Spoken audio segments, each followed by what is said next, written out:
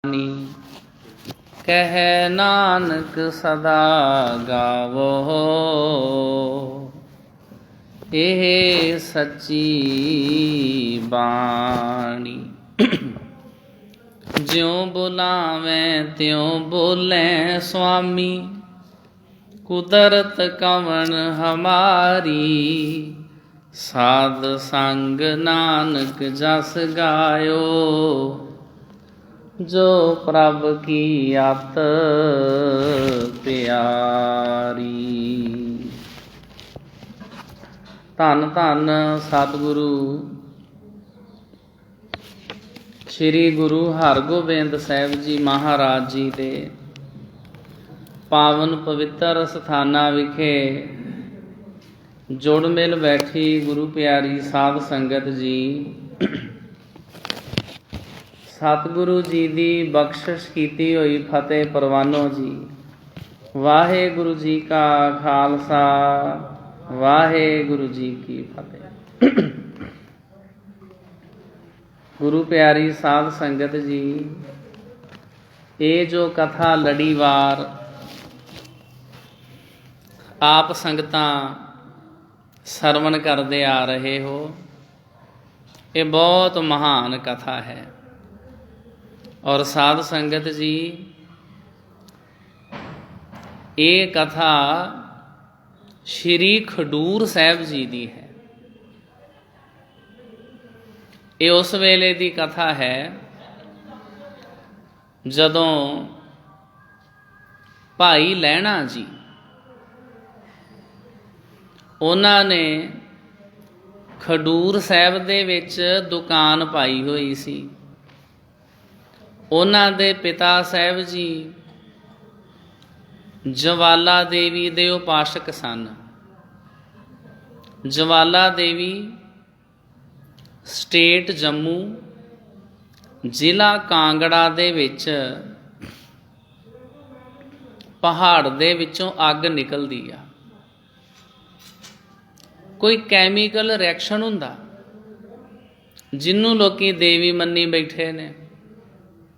ऐसी लोकां दे विच शरधा सी, जिवें अज दे समय विच भी लोकी सूरज नू देवता मन्नी बैठे ने।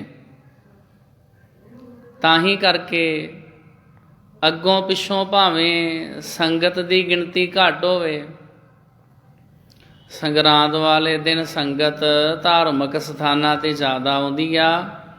कारण की? क्योंकि इस दिन सूरज एक रास नूं छड्ड के दूसरी रास दे विच प्रवेश करदा वा, जिन्नू कहंदे ने संगरांद। ये शब्द संस्कृत भाषा दे शब्द संक्रांत तो बनिया।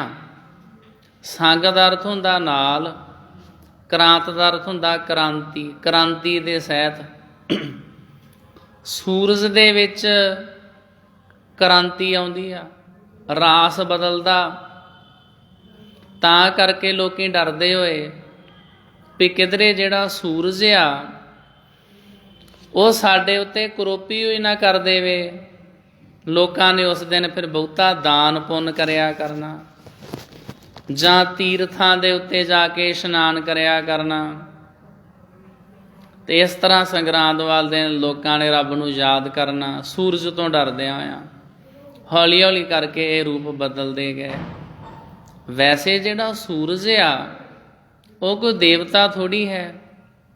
हुण ते साइंस ने भी सिद्ध कर दिता भी इहदे विच हाइड्रोजन अते हीलीअम, ये दो गैसां आपस दे विच रिएक्शन करदियां ने, जिन्हां नाल एनर्जी प्रोड्यूस हुंदी आ, अग बलदी आ, वो धुप साडे तक पहुँचदी आ।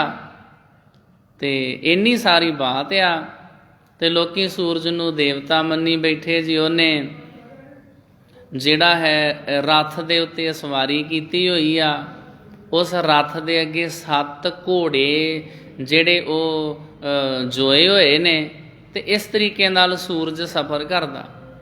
इस तों भी गांह चलीए ते जिहड़ा सूरज आ ਪੂਰੀਆਂ ਦੀਆਂ ਪੂਰੀਆਂ ਹਿੰਦੂ ਮਿਥਿਆਲੋਜੀ ਦੇ ਵਿੱਚ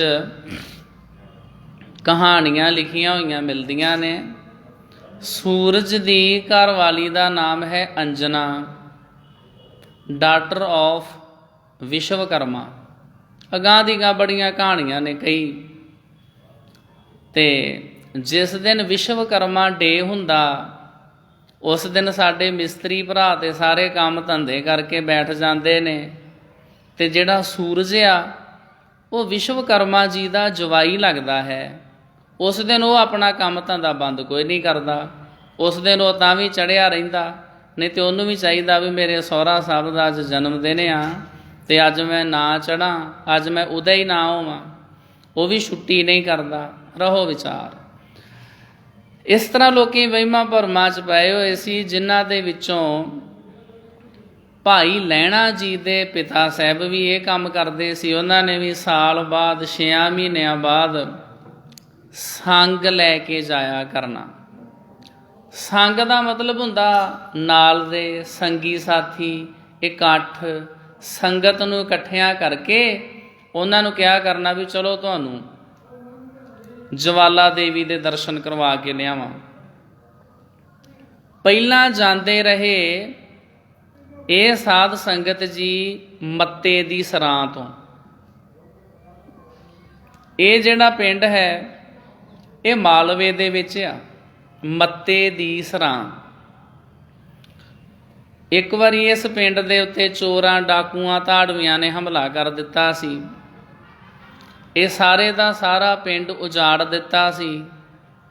ਲੋਕਾਂ ਨੇ ਜੋ ਵੀ ਉਹਨਾਂ ਦੇ ਹੱਥ ਆਇਆ ਉਹ ਡਰਦਿਆਂ ਮਾਰਿਆਂ ਨੇ ਵੀ ਇਸ ਪਿੰਡ ਦੇ ਉੱਤੇ ਤੇ ਅਟੈਕ ਹੁੰਦੇ ਰਹਿੰਦੇ ਨੇ।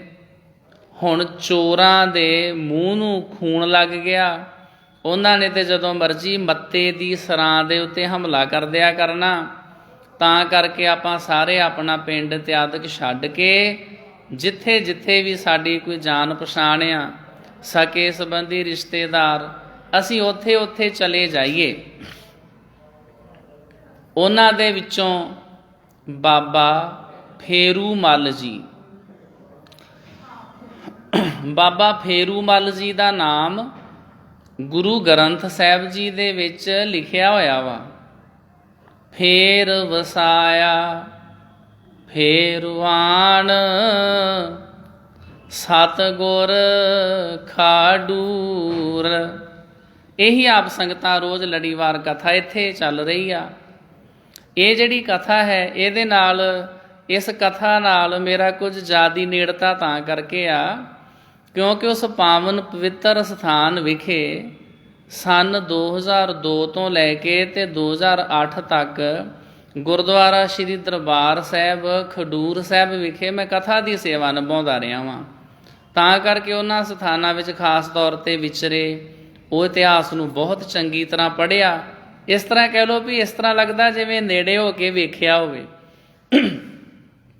ਤੇ ਸਾਧ ਸੰਗਤ ਜੀ ਬਾਬਾ ਫੇਰੂ ਮੱਲ ਜੀ, ਉਹਨਾਂ ਨੇ ਵੀ ਆਪਣੇ ਪੁੱਤਰ ਭਾਈ ਲਹਿਣਾ ਜੀ ਨੂੰ ਕਿਹਾ ਵੀ ਪੁੱਤਰ ਚੱਲ, ਆਪਾਂ ਵੀ ਇੱਥੋਂ ਮੱਤੇ ਦੀ ਸਰਾਂ ਤੋਂ ਕਿਸੇ ਹੋਰ ਪਿੰਡ ਚਲੇ ਜਾਈਏ।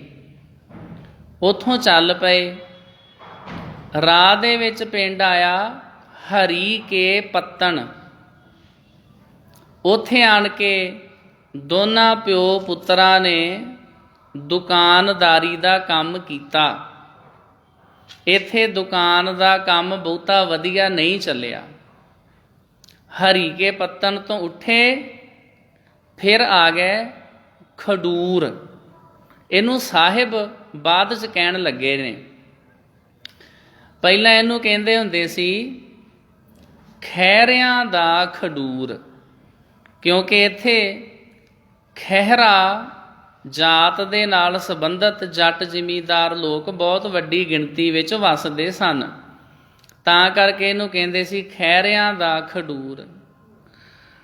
ਖਡੂਰ ਦੇ ਨਾਲ ਹੁਣ ਕਿਉਂਕਿ ਸਾਹਿਬ ਆ, ਉਹ ਖਡੂਰ ਸਾਹਿਬ ਐਡੀ ਪਾਵਨ ਪਵਿੱਤਰ ਧਰਤੀ ਆ ਵੀ ਉੱਥੇ 8 ਗੁਰੂ ਸਾਹਿਬਾਨ ਨੇ ਚਰਨ ਪਾਏ ਨੇ। 8 ਗੁਰੂ ਸਾਹਿਬਾਨ ਨੇ।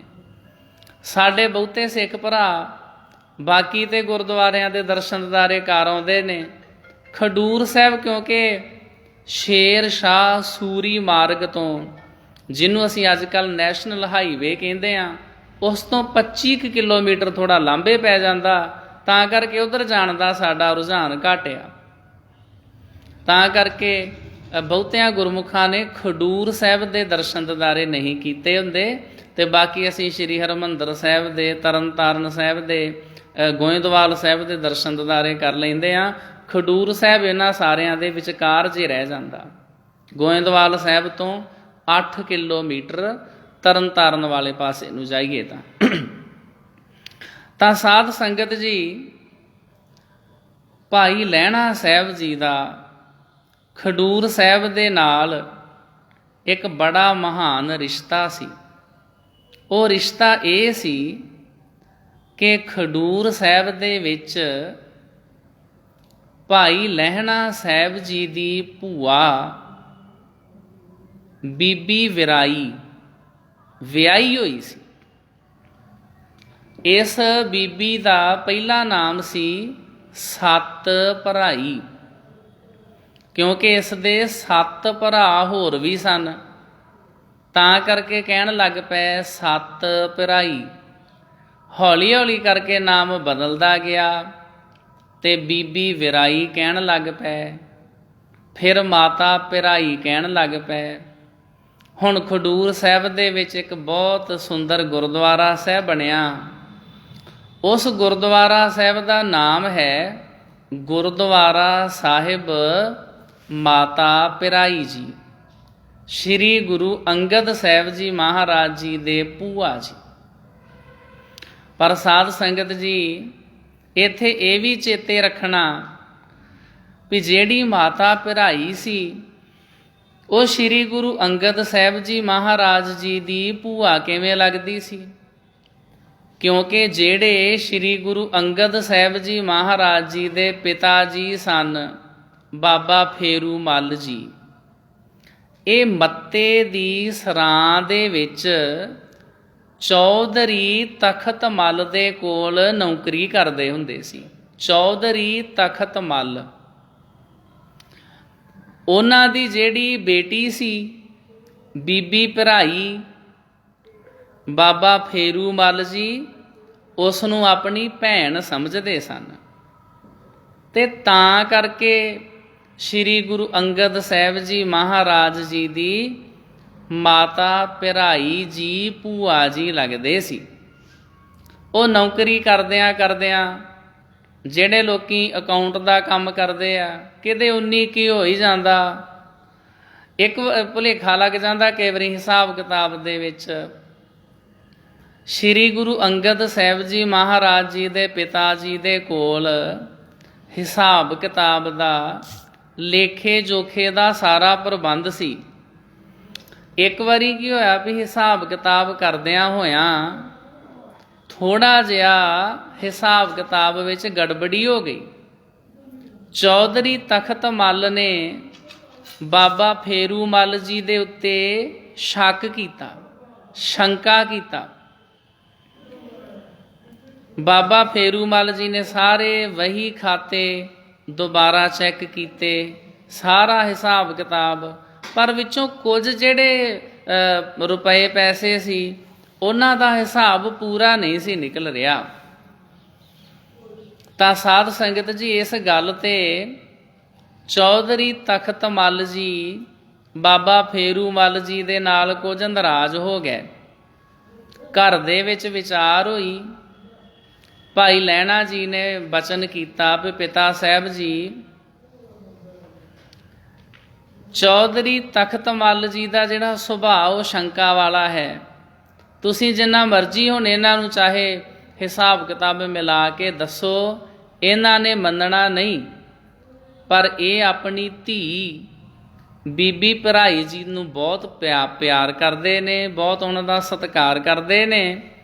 ਤਾਂ ਕਰਕੇ ਮੈਂ ਖਡੂਰ ਸਾਹਿਬ ਵਿੱਚ ਜਾਂਦਾ ਹਾਂ ਅਤੇ ਉੱਥੇ ਜਾ ਕੇ ਮਾਤਾ ਭਰਾਈ ਜੀ ਨੂੰ ਸਾਰੀ ਗੱਲ ਦੱਸਦਾ ਹਾਂ ਵੀ ਆ ਥੋੜ੍ਹੇ ਜਿਹੇ ਪੈਸਿਆਂ ਦਾ ਕਰਕੇ ਇਹਨਾਂ ਦੋਵਾਂ ਪੱਕੇ ਮਿੱਤਰਾਂ ਦੇ ਵਿੱਚ, ਪੱਕੇ ਪੱਗ ਵੱਟ ਭਰਾਵਾਂ ਦੇ ਵਿੱਚ ਥੋੜ੍ਹੇ ਜਿਹੇ ਪੈਸਿਆਂ ਦਾ ਕਰਕੇ ਮਨ ਮੁਟਾਅ ਹੋ ਗਿਆ ਤੇ ਦੂਰੀ ਪੈ ਗਈ ਆ। ਇਹ ਗੱਲ ਮੈਂ ਜਾ ਕੇ ਖਡੂਰ ਸਾਹਿਬ ਦੱਸਦਾ ਹਾਂ। ਭਾਈ ਲਹਿਣਾ ਸਾਹਿਬ ਜੀ ਖਡੂਰ ਸਾਹਿਬ ਆਏ, ਉੱਥੋਂ ਮਾਤਾ ਭਰਾਈ ਜੀ ਨੂੰ ਸਾਰੀ ਗੱਲ ਸਮਝਾਈ। ਉਹਨਾਂ ਨੂੰ ਆਪਣੇ ਨਾਲ ਪਿੰਡ ਮੱਤੇ ਦੀ ਸਰਾਂ ਲੈ ਗਏ। ਉੱਥੇ ਜਾ ਕੇ ਮਾਤਾ ਭਰਾਈ ਜੀ ਨੇ ਆਪਣੀ ਨਿਗਰਾਨੀ ਦੇ ਵਿੱਚ ਬਹੁਤ ਧਿਆਨ ਦੇ ਨਾਲ ਸਾਰਾ ਹਿਸਾਬ ਕਿਤਾਬ ਮੁੱਢ ਤੋਂ ਲੈ ਕੇ ਦੁਬਾਰਾ ਕਰਵਾਇਆ। ਉਹ ਫਰਕ ਨਿਕਲ ਆਇਆ। ਚੌਧਰੀ ਤਖਤ ਮੱਲ ਨੇ ਮੁਆਫੀ ਮੰਗੀ। ਕਹਿਣ ਲੱਗਾ ਜੀ ਮੇਰੇ ਕੋਲੋਂ ਗਲਤੀ ਹੋ ਗਈ, ਤੁਹਾਡੇ ਵਰਗੇ ਨੇਕ ਇਨਸਾਨ ਦੇ ਉੱਤੇ ਮੈਂ ਜਿਹੜੀ ਸ਼ੰਕਾ ਕੀਤੀ ਹੈ ਉਹਦੇ ਵਾਸਤੇ ਮੈਂ ਮੁਆਫੀ ਚਾਹੁੰਦਾ ਹਾਂ। ਬਾਬਾ ਫੇਰੂ ਮੱਲ ਜੀ ਕਹਿਣ ਲੱਗੇ ਜਦੋਂ ਤੁਹਾਨੂੰ ਮੇਰੇ 'ਤੇ ਵਿਸ਼ਵਾਸ ਹੀ ਹੈ ਨਹੀਂ ਆ ਤੇ ਮੈਨੂੰ ਇੰਨਾ ਜ਼ਿਆਦਾ ਹਿਸਾਬ ਕਿਤਾਬ ਦਾ ਸਾਰਾ ਕੰਮ ਕਾਹਦੇ ਵਾਸਤੇ ਦਿੱਤਾ ਹੋਇਆ? ਇਸ ਵਾਸਤੇ ਜਿੰਨੀ ਨੌਕਰੀ ਹੋ ਗਈ ਭਲੀ ਹੈ, ਅੱਜ ਤੋਂ ਬਾਅਦ ਅਸੀਂ ਤੁਹਾਡੇ ਕੋਲ ਨੌਕਰੀ ਨਹੀਂ ਕਰਨੀ। ਚੌਧਰੀ ਤਖਤ ਮੱਲ ਦੇ ਕੋਲੋਂ ਨੌਕਰੀ ਛੱਡ ਕੇ ਤੇ ਦੁਕਾਨਦਾਰੀ ਦਾ ਕੰਮ ਕਰਨ ਲੱਗ ਪਏ। ਭਾਈ ਲਹਿਣਾ ਸਾਹਿਬ ਜੀ ਦਾ ਖਡੂਰ ਸਾਹਿਬ ਦੇ ਨਾਲ ਇਹ ਸਾਧ ਸੰਗਤ ਜੀ ਰਿਸ਼ਤਾ ਸੀ। ਜਦੋਂ ਹਰੀਕੇ ਪੱਤਣ ਦੇ ਵਿੱਚ ਦੁਕਾਨਦਾਰੀ ਦਾ ਕੰਮ ਬਹੁਤਾ ਨਾ ਚੱਲਿਆ ਤੇ ਫਿਰ ਇਹਨਾਂ ਨੇ ਆਣ ਕੇ ਖਹਿਰਿਆਂ ਦੇ ਖਡੂਰ ਦੇ ਵਿੱਚ ਦੁਕਾਨਦਾਰੀ ਦਾ ਕੰਮ ਕਰਨਾ ਸ਼ੁਰੂ ਕੀਤਾ। ਇੱਥੇ ਕਾਰੋਬਾਰ ਚੰਗਾ ਚੱਲਿਆ, ਪਰ ਸਾਧ ਸੰਗਤ ਜੀ ਜੋ ਉਪਜਿਓ ਸੋ ਬਿਨਸ ਹੈ, ਪਰੋ ਆਜ ਕੈ ਕਾਲ ਨਾਨਕ ਹਰ ਗੁਣ ਗਾਏ ਲੇ, ਛਾੜ ਸਗਲ ਜੰਜਾਲ ਦੇ ਮਹਾਂਵਾਕਾਂ ਅਨੁਸਾਰ ਬਾਬਾ ਫੇਰੂ ਮੱਲ ਜੀ ਨੂੰ ਅਕਾਲ ਪੁਰਖ ਵਾਹਿਗੁਰੂ ਜੀ ਦਾ ਸੱਦਾ ਆ ਗਿਆ। ਰੱਬ ਜੀ ਨੇ ਬਾਬਾ ਫੇਰੂ ਮੱਲ ਜੀ ਨੂੰ ਆਪਣੇ ਕੋਲ ਬੁਲਾ ਲਿਆ। ਉਹ ਸੰਸਾਰ ਤੋਂ ਕੂਚ ਕਰ ਗਏ। ਹੁਣ ਦੁਕਾਨਦਾਰੀ ਦਾ ਸਾਰਾ ਕੰਮ, ਸਾਰੀ ਜ਼ਿੰਮੇਵਾਰੀ ਭਾਈ ਲਹਿਣਾ ਜੀ ਦੇ ਸਿਰ ਦੇ ਉੱਤੇ ਆਣ ਪਈ। ਤੇ ਇਸ ਤੋਂ ਪਹਿਲਾਂ ਸਾਧ ਸੰਗਤ ਜੀ ਭਾਈ ਲਹਿਣਾ ਸਾਹਿਬ ਜੀ ਦਾ ਵਿਆਹ ਖਡੂਰ ਸਾਹਿਬ ਦੇ ਲਾਗੇ ਪਿੰਡ ਸੰਗਰ ਕੋਟ ਦੇ ਵਿੱਚ ਮਾਤਾ ਖੀਵੀ ਜੀ ਦੇ ਨਾਲ ਹੋ ਚੁੱਕਾ ਸੀ। ਇਹ ਜਿਹੜਾ ਰਿਸ਼ਤਾ ਸੀ ਇਹ ਵੀ ਮਾਤਾ ਭਰਾਈ ਜੀ ਨੇ ਹੀ ਕਰਵਾਇਆ ਸੀ। ਤੇ ਸ਼੍ਰੀ ਗੁਰੂ ਅੰਗਦ ਸਾਹਿਬ ਜੀ ਮਹਾਰਾਜ ਦੇ ਘਰ ਦੇ ਵਿੱਚ 2 ਪੁੱਤਰਾਂ ਦਾ ਜਨਮ ਹੋਇਆ ਸੀ। ਤਾਂ ਸਾਧ ਸੰਗਤ ਜੀ ਇਹਨਾਂ ਦੇ ਘਰ ਵਿੱਚ 2 ਪੁੱਤਰ ਸਨ।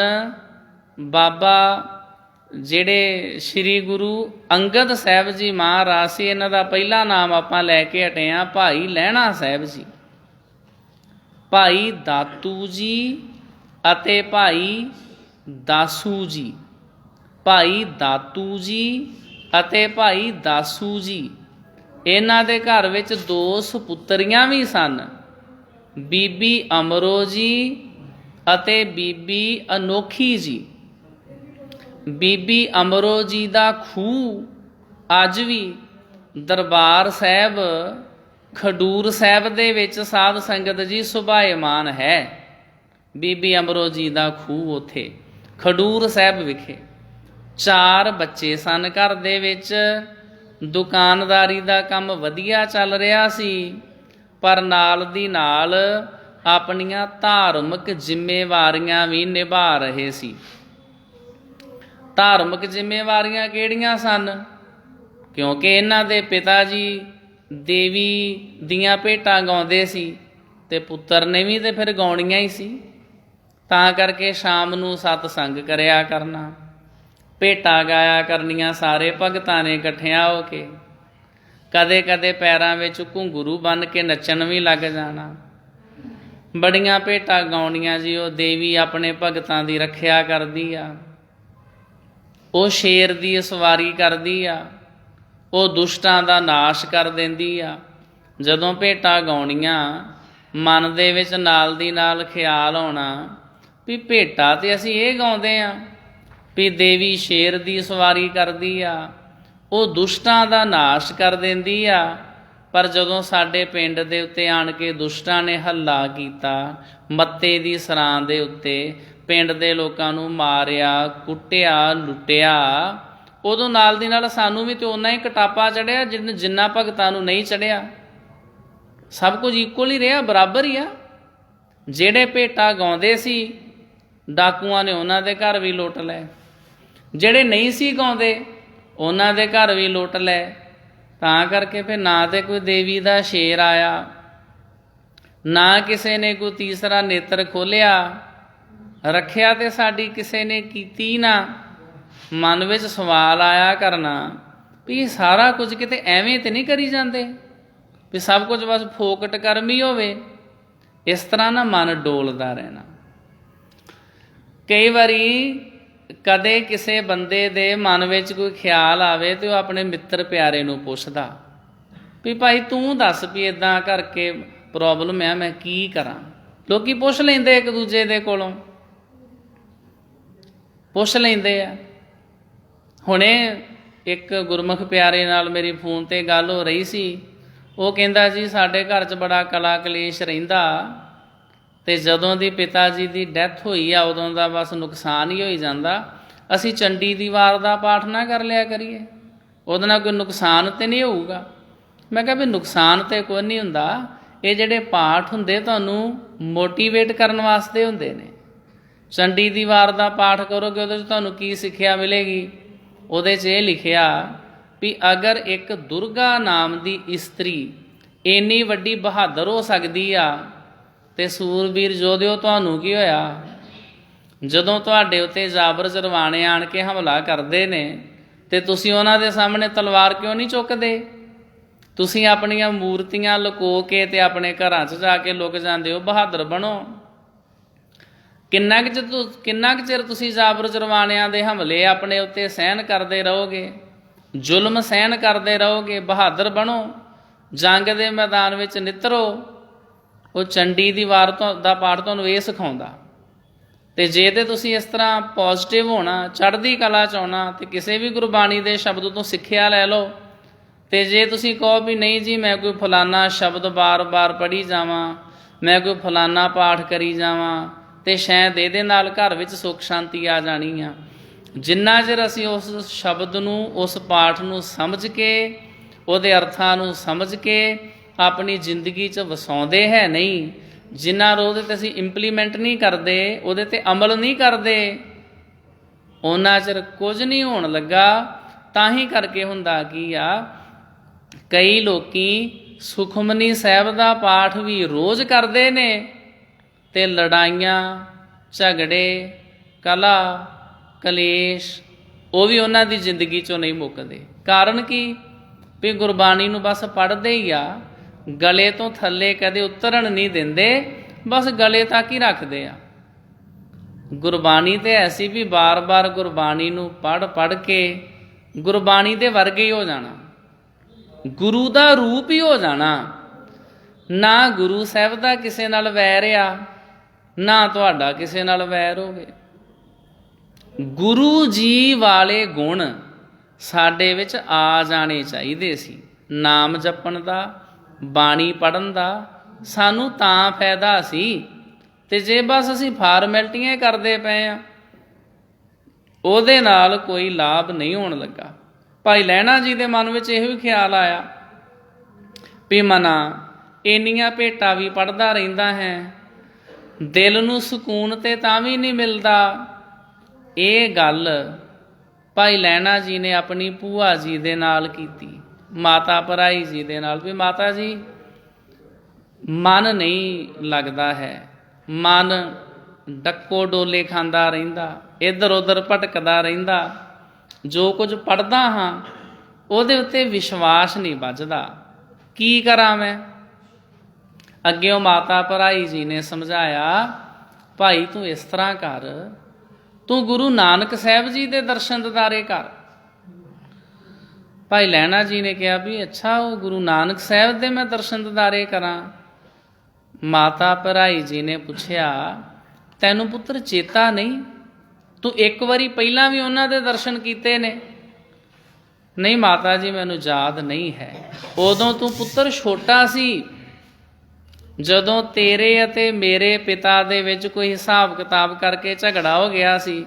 ਜਦੋਂ ਤੂੰ ਮੈਨੂੰ ਖਡੂਰ ਸਾਹਿਬ ਤੋਂ ਲੈਣ ਵਾਸਤੇ ਆਇਆ ਸਾਂ, ਉਦੋਂ ਖਡੂਰ ਸਾਹਿਬ ਦੇ ਵਿੱਚ ਗੁਰੂ ਨਾਨਕ ਸਾਹਿਬ ਜੀ ਆਏ ਹੋਏ ਸਨ। ਉਦੋਂ ਮੈਂ ਆਪਣੇ ਨਾਲ ਤੈਨੂੰ ਉਹਨਾਂ ਦੀ ਸੰਗਤ ਵਿੱਚ ਲੈ ਕੇ ਗਈ ਸਾਂ, ਪਰ ਉਦੋਂ ਤੂੰ ਉਹਨਾਂ ਨੂੰ ਜਿਵੇਂ ਅਸੀਂ ਅੱਜ ਕੱਲ੍ਹ ਸ਼ਬਦ ਵਰਤਦੇ ਹਾਂ ਵੀ ਫੇਸ ਟੂ ਫੇਸ ਮਿਲ ਨਹੀਂ ਸੀ ਸਕਿਆ। ਤੂੰ ਉਹਨਾਂ ਨਾਲ ਕੋਈ ਗੱਲਬਾਤ ਨਹੀਂ ਸੀ ਕਰ ਸਕਿਆ। ਬਸ ਆਪਾਂ ਉਹਨਾਂ ਦੇ ਦਰਸ਼ਨ ਕਰਕੇ ਮੱਥਾ ਟੇਕ ਕੇ ਮੁੜ ਆਏ ਸਾਂ। ਅਤੇ ਤੈਨੂੰ ਗੁਰੂ ਨਾਨਕ ਸਾਹਿਬ ਜੀ ਦੇ ਚਰਨਾਂ ਵਿੱਚੋਂ ਮਨ ਦਾ ਸਕੂਨ, ਮਨ ਦੀ ਇਕਾਗਰਤਾ ਤੈਨੂੰ ਉੱਥੋਂ ਮਿਲ ਸਕਦੀ ਆ। ਤਾਂ ਕਰਕੇ ਮੈਂ ਤੇ ਕਹਿੰਦੀ ਹਾਂ ਵੀ ਤੂੰ ਗੁਰੂ ਨਾਨਕ ਸਾਹਿਬ ਦੇ ਦਰਸ਼ਨ ਦਿਦਾਰੇ ਕਰ। ਇਹ ਗੁਰੂ ਨਾਨਕ ਸਾਹਿਬ ਜੀ ਕਿੱਥੇ ਮਿਲਣਗੇ? ਕਰਤਾਰਪੁਰ ਸਾਹਿਬ, ਉੱਥੇ ਜਾ। ਭਾਈ ਲਹਿਣਾ ਜੀ ਦੇ ਦਿਲ ਵਿੱਚ ਇਹ ਗੱਲ ਵਸ ਗਈ ਵੀ ਮੇਰੇ ਦਿਲ ਨੂੰ ਸਕੂਨ ਮਿਲਣਾ ਹੈ ਅਗਰ ਮੈਂ ਗੁਰੂ ਨਾਨਕ ਸਾਹਿਬ ਜੀ ਦੇ ਦਰਸ਼ਨ ਦਿਦਾਰੇ ਕਰਦਾ ਹਾਂ। ਸਾਰਾ ਪ੍ਰੋਗਰਾਮ ਬਣਾ ਲਿਆ। ਇਸ ਵਾਰੀ ਹੁਣ ਪਿੰਡ ਦੇ ਲੋਕਾਂ ਨੂੰ ਇਕੱਠਿਆਂ ਕਰ ਲਿਆ, ਜਿਹੜੇ ਭਗਤ ਸਨ, ਅਤੇ ਉਹਨਾਂ ਨੂੰ ਇਕੱਠਿਆਂ ਕਰ ਲਿਆ।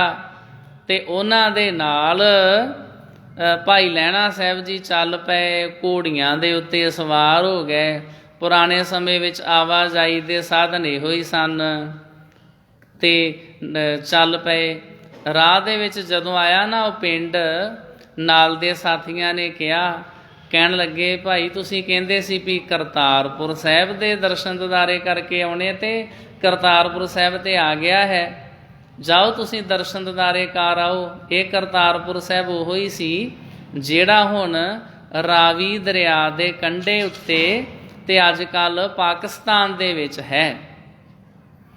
ਉਹੀ ਸੀ ਇਹ ਕਰਤਾਰਪੁਰ ਸਾਹਿਬ। ਭਾਈ ਲਹਿਣਾ ਜੀ ਕਹਿਣ ਲੱਗੇ ਚਲੋ ਆਪਾਂ ਸਾਰੇ ਚੱਲਦੇ ਹਾਂ। ਨਾਲ ਦੇ ਸਾਥੀ ਕਹਿਣ ਲੱਗੇ ਨਹੀਂ ਜੀ ਅਸੀਂ ਨਹੀਂ ਜਾ ਸਕਦੇ, ਅਸੀਂ ਤੁਹਾਨੂੰ ਇੱਥੇ ਸ਼ਹਿਰ ਦੇ ਬਾਹਰ ਬੈਠੇ ਉਡੀਕਦੇ ਹਾਂ ਅਤੇ ਤੁਸੀਂ ਦਰਸ਼ਨ ਦਿਦਾਰੇ ਕਰਕੇ ਵਾਪਸ ਆ ਜਾਓ। ਭਾਈ ਲਹਿਣਾ ਸਾਹਿਬ ਜੀ ਚੱਲ ਪਏ। ਇਸ ਤੋਂ ਅਗਲੀ ਕਥਾ ਆਪ ਸੰਗਤਾਂ ਨੇ ਸਰਵਣ ਕੀਤੀ ਆ ਵੀ ਗੁਰੂ ਨਾਨਕ ਸਾਹਿਬ ਦੇ ਦਰਸ਼ਨ ਦਿਦਾਰੇ ਕੀਤੇ। ਗੁਰੂ ਨਾਨਕ ਸਾਹਿਬ ਜੀ ਮਹਾਰਾਜ ਨੇ ਬਚਨ ਕੀਤਾ ਵੀ ਪੁਰਖਾ ਤੁਸੀਂ ਹੁਣ ਆਪਣੇ ਘਰ ਜਾਓ ਵਾਪਸ। ਇਹ ਥੋੜ੍ਹੀ ਵੀ ਇੱਥੇ ਬੈਠੇ ਰਹਿਣਾ ਹੈ। ਆਪਣੇ ਕੋਈ ਬੀਵੀ ਬੱਚੇ, ਕੋਈ ਪਰਿਵਾਰ, ਕੋਈ ਦੁਕਾਨਦਾਰੀ, ਉੱਧਰਲੇ ਪਾਸੇ ਵੀ ਧਿਆਨ ਦਿਓ। ਸਾਹਿਬ ਜੀ ਨੇ ਕਿ ਇਸ ਤਰ੍ਹਾਂ ਥੋੜ੍ਹੀ ਵੀ ਜਿਹੜਾ ਇੱਕ ਵਾਰੀ ਆ ਗਿਆ ਅਤੇ ਬਾਅਦ 'ਚ ਉਹਨੂੰ ਜਾਣ ਹੀ ਨਹੀਂ ਦਿੱਤਾ। ਗੁਰੂ ਸਾਹਿਬ ਨੇ ਆਪ ਭਾਈ ਲਹਿਣਾ ਸਾਹਿਬ ਨੂੰ ਕਿਹਾ, ਭਾਈ ਲਹਿਣਾ ਜੀ ਖਡੂਰ ਸਾਹਿਬ ਜਾਓ, ਜਾ ਕੇ ਆਪਣਾ ਦੁਕਾਨਦਾਰੀ ਦਾ ਕੰਮ ਧੰਦਾ ਵੇਖੋ, ਜਾ ਕੇ ਆਪਣੇ ਬੱਚਿਆਂ ਦਾ ਧਿਆਨ ਕਰੋ ਵੀ ਨਿਆਣੇ ਕੀ ਕਰਦੇ ਨੇ। ਅਤੇ ਭਾਈ ਲਹਿਣਾ ਸਾਹਿਬ ਜੀ ਅੱਜ ਸਾਧ ਸੰਗਤ ਜੀ ਗੁਰੂ ਨਾਨਕ ਸਾਹਿਬ ਜੀ ਮਹਾਰਾਜ ਤੋਂ ਪਹਿਲੀ ਵਾਰੀ ਅਤੇ ਖਡੂਰ ਸਾਹਿਬ ਆਏ ਨੇ। ਅਤੇ ਇਸ ਇਤਿਹਾਸ ਵਿੱਚ ਤੁਸੀਂ ਸੁਣਿਆ ਹੋਵੇਗਾ ਆ ਪਿਛਲੇ 1-2 ਦਿਨਾਂ ਵਿੱਚ ਭਾਈ ਲਹਿਣਾ ਸਾਹਿਬ ਜੀ ਦਾ ਸਰੀਰ ਹੀ ਖਡੂਰ ਸਾਹਿਬ ਆਇਆ ਸੀ। ਜਿਹੜਾ ਮਨ ਸੀ ਉਹ ਤਾਂ ਗੁਰੂ ਨਾਨਕ ਸਾਹਿਬ ਜੀ ਮਹਾਰਾਜ ਦੇ ਚਰਨਾਂ 'ਚ ਰਹਿ ਗਿਆ ਸੀ। ਸੁਰਤ ਤਾਂ ਉੱਥੇ ਰਹਿ ਗਈ ਸੀ। ਆਏ ਨੇ ਅਤੇ ਬਹੁਤ ਪਿੰਡ ਦੇ ਲੋਕੀ ਭਾਈ ਲਹਿਣਾ ਸਾਹਿਬ ਜੀ ਦੇ ਦਰਸ਼ਨ ਦਿਦਾਰੇ ਕਰਨ ਵਾਸਤੇ ਆ ਰਹੇ ਹਨ। ਅਤੇ ਸਾਧ ਸੰਗਤ ਜੀ ਉਹਨਾਂ ਦੇ ਵਿੱਚ ਇੱਕ ਪਿੰਡ ਦਾ ਚੌਧਰੀ ਵੀ ਭਾਈ ਲਹਿਣਾ ਸਾਹਿਬ ਦੇ ਦਰਸ਼ਨ ਦਿਦਾਰੇ ਕਰਨ ਵਾਸਤੇ ਆਇਆ। ਮਤ ਵਿਸਾਲ ਗਲ ਮਿਲੀਏ ਆਈ, ਬੰਧਨ ਕਰ ਕਿਉਂ ਬੈਸਿਓ ਜਾਈ। ਹੇ ਵੱਡੀ ਮੱਤ ਵਾਲੇ ਚੌਧਰੀ ਜੀ, ਨਮਸਕਾਰ ਕਰਕੇ ਕਿਉਂ ਬੈਠ ਰਹੇ ਹੋ? ਆਓ ਗੱਲ ਵਕੜੀ ਪਾ ਕੇ ਮਿਲੀਏ। ਭਾਈ ਲਹਿਣਾ ਸਾਹਿਬ ਜੀ ਨੇ ਸਤਿਕਾਰ ਵਜੋਂ ਪਿੰਡ ਦੇ ਚੌਧਰੀ ਨੂੰ ਕਿਹਾ, ਕਿਉਂਕਿ ਜਿਹੜਾ ਚੌਧਰੀ ਸੀ ਉਹ ਨਾ ਆਣ ਕੇ ਭੁੰਜੇ ਜ਼ਮੀਨ 'ਤੇ ਬਹਿ ਗਿਆ। ਸ਼੍ਰੀ ਗੁਰੂ ਅੰਗਦ ਸਾਹਿਬ ਜੀ ਮਹਾਰਾਜ ਪਲੰਗ ਸਾਹਿਬ 'ਤੇ ਬੈਠੇ ਸੀ ਤੇ ਬਾਕੀ ਦੀ ਸੰਗਤ ਇਸ ਤਰ੍ਹਾਂ ਭੁੰਜੇ ਵਿਛਾਈ ਕੀਤੀ ਸੀ, ਇਹਨੂੰ ਫਰਸ਼ ਵੀ ਕਹਿ ਦਿੰਦੇ ਆ। ਇਸ ਤਰ੍ਹਾਂ ਵਿਛਾਈ ਕੀਤੀ, ਉੱਥੇ ਬੈਠ ਜਾਂਦੀ ਸੀ। ਤੇ ਚੌਧਰੀ ਵੀ ਆਣ ਕੇ ਸੰਗਤ ਦੇ ਵਿੱਚ ਹੀ ਬਹਿ ਗਿਆ। ਭਾਈ ਲਹਿਣਾ ਸਾਹਿਬ ਜੀ ਨੇ ਆਪ ਖੁਦ ਕਿਹਾ ਵੀ ਤੁਸੀਂ ਉੱਠੋ ਜੀ, ਤੁਸੀਂ ਤੇ ਪਿੰਡ ਦੇ ਚੌਧਰੀ ਹੋ ਤੇ ਵੱਡੀ ਮੱਤ ਵਾਲੇ ਹੋ, ਤੁਸੀਂ ਤੇ ਆਣ ਕੇ ਮੇਰੇ ਗਲੇ ਮਿਲ ਸਕਦੇ ਹੋ, ਨਮਸਕਾਰ ਕਰਕੇ ਕਿਉਂ ਬਹਿ ਗਏ ਹੋ? ਸਭ ਨਰ ਮੈਂ ਤੁਮ ਅਦਕ ਵਡੇਰੇ, ਮਨ ਜੁਗਰਾਮ ਅਨੁਸਾਰ ਸੋ ਤੇਰੇ। ਤੁਸੀਂ ਤਾਂ ਸਭ ਤੋਂ ਵੱਡੇ ਹੋ, ਸਾਰੇ ਪਿੰਡ ਦੇ ਲੋਕ ਆਪ ਦੀ ਆਗਿਆ ਅਨੁਸਾਰ ਚੱਲਦੇ ਹਨ।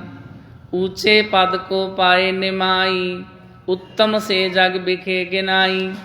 ਨਿਉ ਕੇ ਚੱਲਣ ਵਾਲੇ ਉੱਚਾ ਸਥਾਨ ਪ੍ਰਾਪਤ ਕਰਦੇ ਹਨ, ਉਹਨਾਂ ਨੂੰ ਜੱਗ ਵਿੱਚ ਸਭ ਤੋਂ ਉੱਤਮ ਗਿਣਿਆ ਜਾਂਦਾ ਹੈ।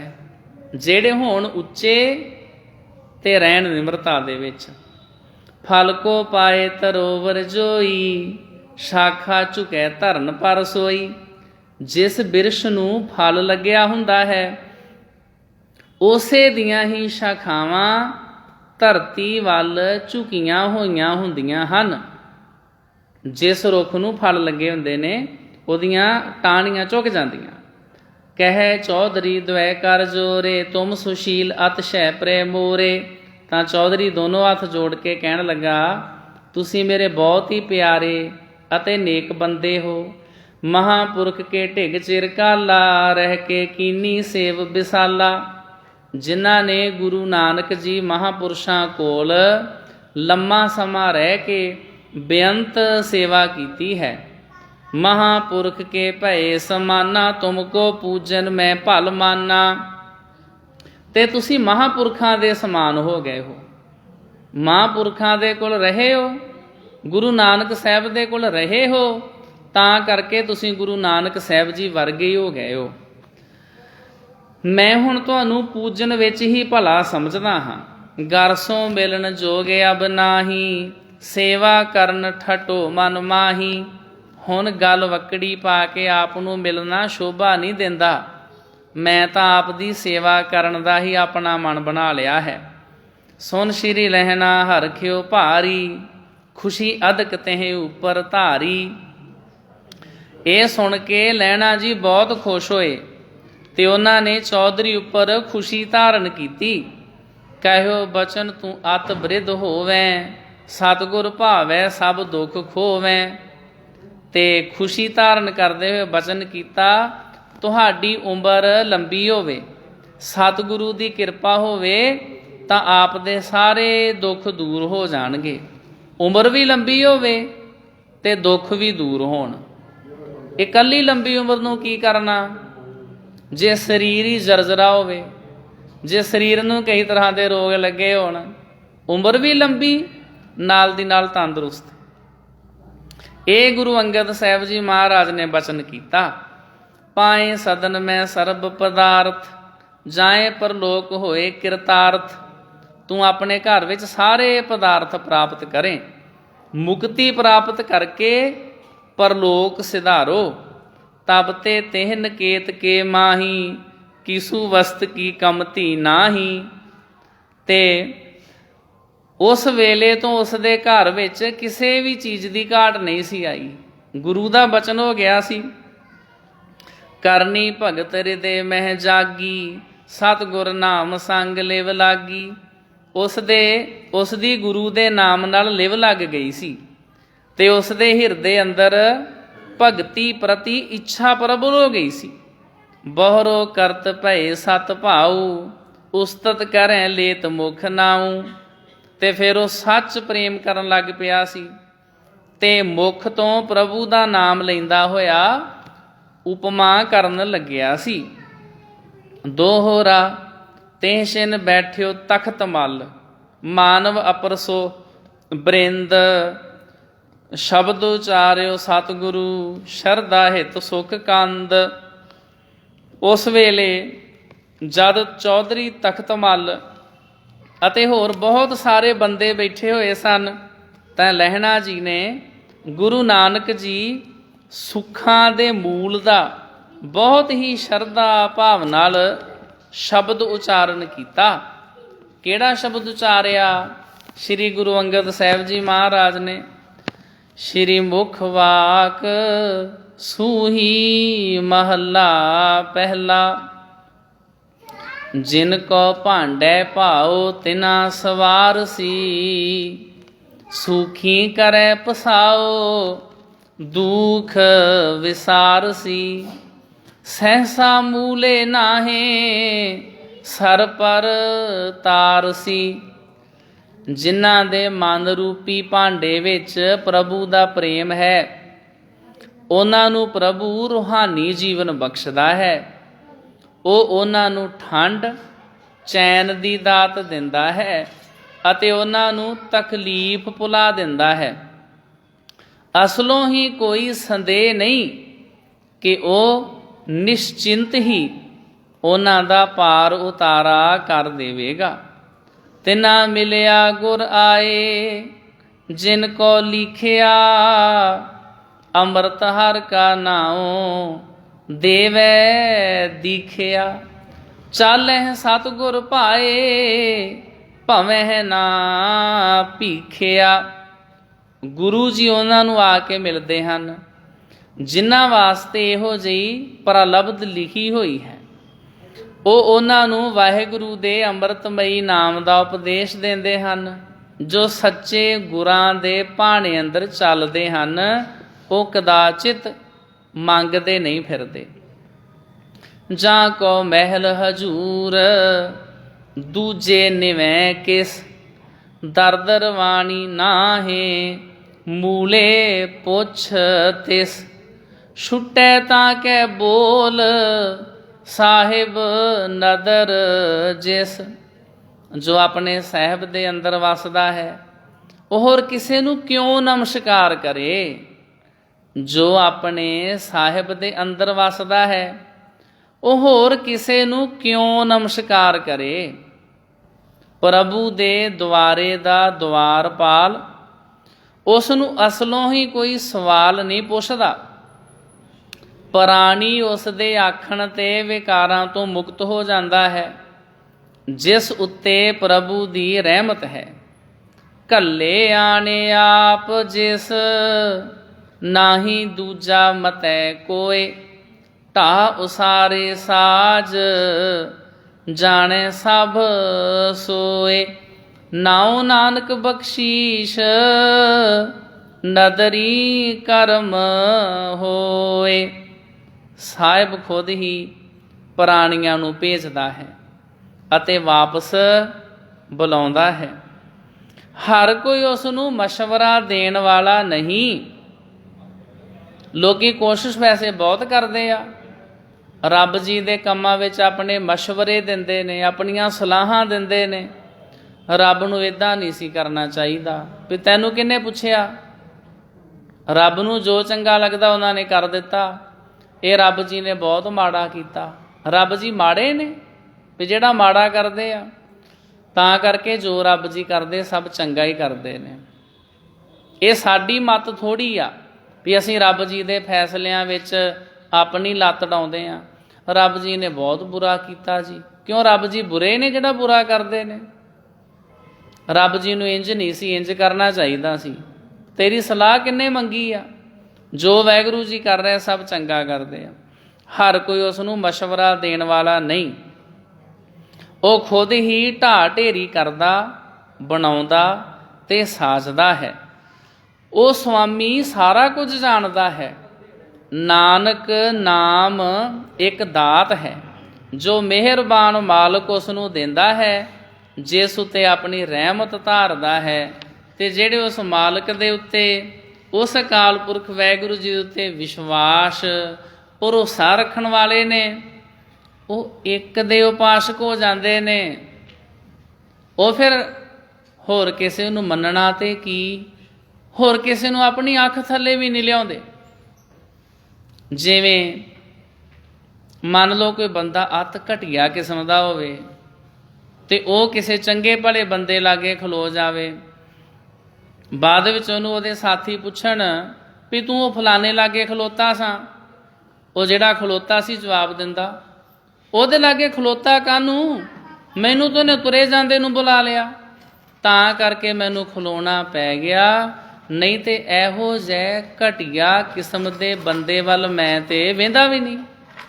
ਉਹਨੇ ਬੁਲਾਇਆ ਸੀ ਤਾਂ ਕਰਕੇ ਖਲੋਣਾ ਪੈ ਗਿਆ। ਇਹ ਕਿਹਦੇ ਅਰਥ ਨੇ? ਸਵਈਏ ਦੇ। ਪਾਏ ਗਏ ਜਬ ਤੇ ਤੁਮਰੇ ਤਬ ਤੇ ਕੋ ਆਂਖ ਤਰੇ ਨਹੀਂ ਆਨਿਓ। ਮੈਂ ਤੇ ਆਪਣੇ ਗੁਰੂ ਨੂੰ ਛੱਡ ਕੇ, ਵਾਹਿਗੁਰੂ ਪਰਮਾਤਮਾ ਜੀ ਨੂੰ ਛੱਡ ਕੇ ਕਿਸੇ ਵੱਲ ਹੋਰ ਵੇਂਦਾ ਵੀ ਨਹੀਂ। ਹੋਰ ਕਿਸੇ ਨੂੰ ਮੰਨਣ ਦੀ ਤੇ ਗੱਲ ਬੜੀ ਦੂਰ ਆ, ਮੈਂ ਤੇ ਕਿਸੇ ਨੂੰ ਆਪਣੀ ਅੱਖ ਥੱਲੇ ਵੀ ਨਹੀਂ ਲਿਆਉਂਦਾ। ਪਾਏ ਗਏ ਜਬ ਤੇ ਤੁਮਰੇ ਤਬ ਤੇ ਕੋ ਆਂਖ ਤਰੇ ਨਹੀਂ ਆਨਿਓ। ਰਾਮ ਰਹੀਮ ਪੁਰਾਨ ਕੁਰਾਨ ਅਨੇਕ ਕਹਿ ਮਤ ਏਕ ਨ ਮਾਨਿਓ। ਸਿਮਰਤ ਸ਼ਾਸਤਰ ਵੇਦ ਸਭੈ ਬਹੁ ਭੇਦ ਕਹਿ ਹਮ ਏਕ ਨ ਜਾਣਿਓ। ਸ਼੍ਰੀ ਅਸਪਾਨ ਕਿਰਪਾ ਤੁਮਰੀ ਕਰ ਮੈਂ ਨਾ ਕਹਿਓ ਸਭ ਤੋਹੇ ਬਖਾਨਿਓ। ਦੋਹਰਾ ਸਗਲ ਦੁਆਰ ਕੋ ਛਾੜ ਕੇ ਗਹਿਓ ਤੁਹਾਰੋ ਦੁਆਰ। ਬਾਹੇ ਗਹੇ ਕੀ ਲਾਜ ਅਸ ਗੋਬਿੰਦ ਦਾਸ ਤੁਹਾਰ। ਜਦੋਂ ਦੇ ਗੁਰੂ ਸਾਹਿਬ ਜੀ ਤੁਹਾਡੇ ਚਰਨਾਂ ਨਾਲ ਜੁੜੇ ਹਾਂ, ਉਦੋਂ ਦੇ ਸਾਰਿਆਂ ਦੇ ਲੜ ਦੁਆਰ ਸਾਰਿਆਂ ਦੇ ਪੱਲੇ ਛੱਡ ਦਿੱਤੇ ਆ। ਹੱਬੇ ਸਾਕ ਕੁੜਾਵੇ ਡਿੱਠੇ ਹੱਬ ਕਿਛ ਤਿਆਗੀ ਤੋ ਪੱਲੇ ਤੈਂਡੇ ਲਾਗੀ। ਉਹ ਤੇ ਇੱਕ ਰੀਤ ਚੱਲ ਪਈ ਆ ਵੀ ਜਦੋਂ ਪੱਲਾ ਫੜਾਉਣਾ ਹੁੰਦਾ ਬੱਚੇ ਦਾ, ਬੇਟੀ ਨੂੰ ਪੱਲਾ ਫੜਾਉਣਾ ਹੁੰਦਾ, ਉਧਰੋਂ ਰਾਗੀ ਸਿੰਘ ਸ਼ਬਦ ਪੜ੍ਹ ਦਿੰਦੇ। ਵੈਸੇ ਮਰਿਆਦਾ 'ਚ ਇਹੋ ਜਿਹਾ ਕੁਛ ਵੀ ਨਹੀਂ ਹੈਗਾ। ਉਹ ਜਿਹੜਾ ਪੱਲਾ ਉਹ ਤੇ ਰੱਬ ਦਾ ਪੱਲਾ, ਵੀ ਜੋ ਪਤੀ ਪਤਨੀ ਸਕੇ ਸੰਬੰਧੀ ਸਾਰੇ ਪੱਲੇ ਝੂਠੇ ਨੇ। ਸੱਚਾ ਪੱਲਾ ਕਿਹਦਾ? ਅਕਾਲ ਪੁਰਖ ਵਾਹਿਗੁਰੂ ਜੀ ਦਾ। ਤਾਂ ਕਰਕੇ ਮੈਂ ਬਾਕੀ ਸਾਰੇ ਪੱਲੇ ਛੱਡ ਕੇ ਅਕਾਲ ਪੁਰਖ ਵਾਹਿਗੁਰੂ ਜੀ ਮੈਂ ਤੁਹਾਡਾ ਪੱਲਾ ਫੜ ਲਿਆ ਵਾ। ਤੇ ਕੁਝ ਉਹ ਰੀਤੀਆਂ ਫਿਰ ਇਹੋ ਜਿਹੀਆਂ ਹੁਣ ਪੱਕੀਆਂ ਚੱਲ ਪਈਆਂ, ਉਹਨਾਂ ਨੂੰ ਛੱਡਿਆ ਨਹੀਂ ਜਾ ਸਕਦਾ। ਅਸੀਂ ਸੋਚਦੇ ਹਾਂ ਵੀ ਸ਼ਾਇਦ ਜਿਹੜਾ ਇਹ ਪੱਲਾ ਵਾ, ਸ਼ਾਇਦ ਉਦੋਂ ਸ਼ਬਦ ਪੜ੍ਹਨਾ ਹੁੰਦਾ ਵੀ ਜਦੋਂ ਪੱਲਾ ਫੜਾਈਦਾ। ਲਾਵਾਂ ਸ਼ਾਇਦ ਵਿਆਹ ਕਰਵਾਉਣ ਵਾਸਤੇ ਹੁੰਦੀਆਂ, ਉਹ ਤੇ ਮਰਿਆਦਾ ਬਣ ਗਈ ਆ ਵੀ ਲਾਵਾਂ ਪੜ੍ਹੋ ਤੇ ਵਿਆਹ ਹੋ ਗਿਆ। ਵੈਸੇ ਉਹ ਲਾਵਾਂ ਨੂੰ ਜੇ ਸਮਝੀਏ, ਉਹਨਾਂ ਲਾਵਾਂ ਦੇ ਨਾਲ ਜੀਵ ਰੂਪੀ ਇਸਤਰੀ ਦਾ ਅਕਾਲ ਪੁਰਖ ਵਾਹਿਗੁਰੂ ਜੀ ਦੇ ਨਾਲ ਵਿਆਹ ਹੁੰਦਾ। ਉਹ 4 ਲਾਵਾਂ 4 ਸਟੇਜਾਂ ਨੇ।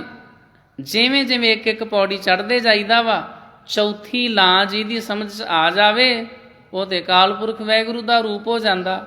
ਉਹ ਗੁਰਮੁਖ ਪਿਆਰਾ ਗੁਰਸਿੱਖ ਸਦਾ ਹੀ ਸੁਹਾਗਣ ਹੋ ਜਾਂਦਾ। ਨਾ ਉਹ ਮਰੇ ਨਾ ਹੋਵੇ ਸੋਗ, ਦੇਂਦਾ ਰਹੇ ਨਾ ਚੁੱਕੈ ਭੋਗ। ਵਾਹਿਗੁਰੂ ਜੀ ਕਾ ਖਾਲਸਾ, ਵਾਹਿਗੁਰੂ ਜੀ ਕੀ